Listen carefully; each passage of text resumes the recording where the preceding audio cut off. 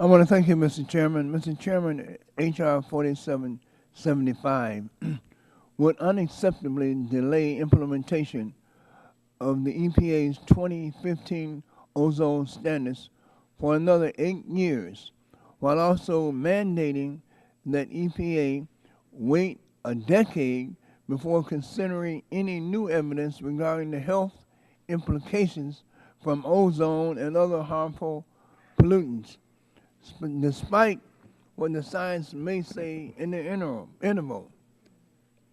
Mr. Chairman, for those of us who believe that science should inform policymaking in regards to public health decisions, delaying the 2015 standards and prohibiting the EPA from revisiting the scientific evidence for at least a decade is an unacceptable risk that could result in potentially disastrous health impacts for the American public.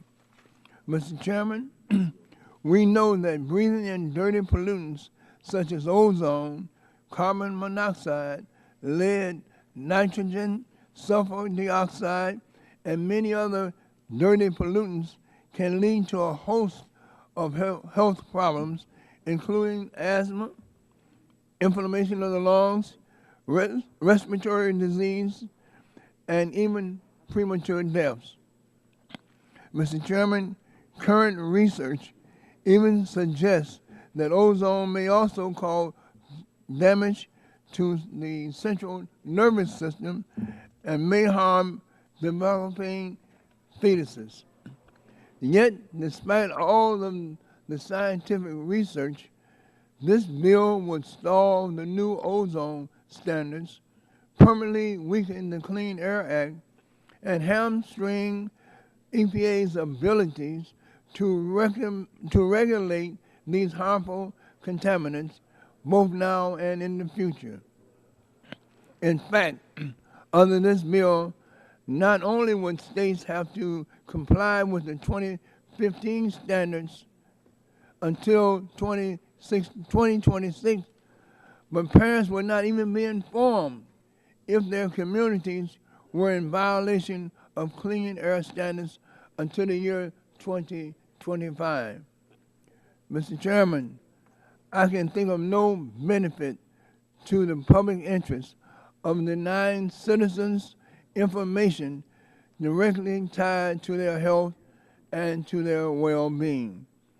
Instead of trying to stall the 2015 ozone standards and prohibit EPA from regularly updating the national ambient air quality standards, as H.R.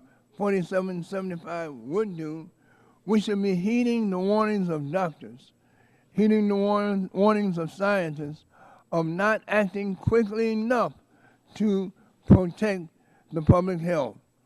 In order to address some of the deficiencies found in this bill, I am offering an amendment that will nullify sections from taking effect, even if they may result in adverse public health impacts. My amendment simply states that Section 2A would cease to apply if the EPA administrator, in consultation with the Clean Air Science Advisory Committee, finds that it could increase health problems, including asthma attacks, respiratory disease, cardiovascular disease, stroke, heart attacks,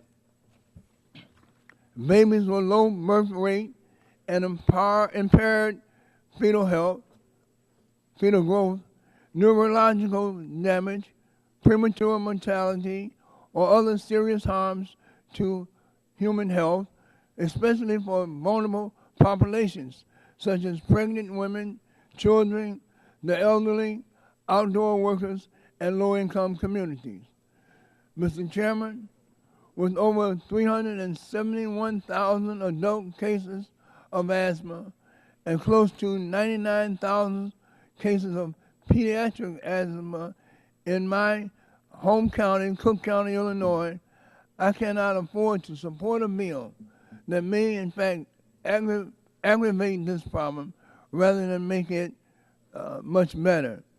Mr. Chairman, this is a common sense amendment that seeks to put the interests of the public above the interests of industry, and I urge all my colleagues to support it.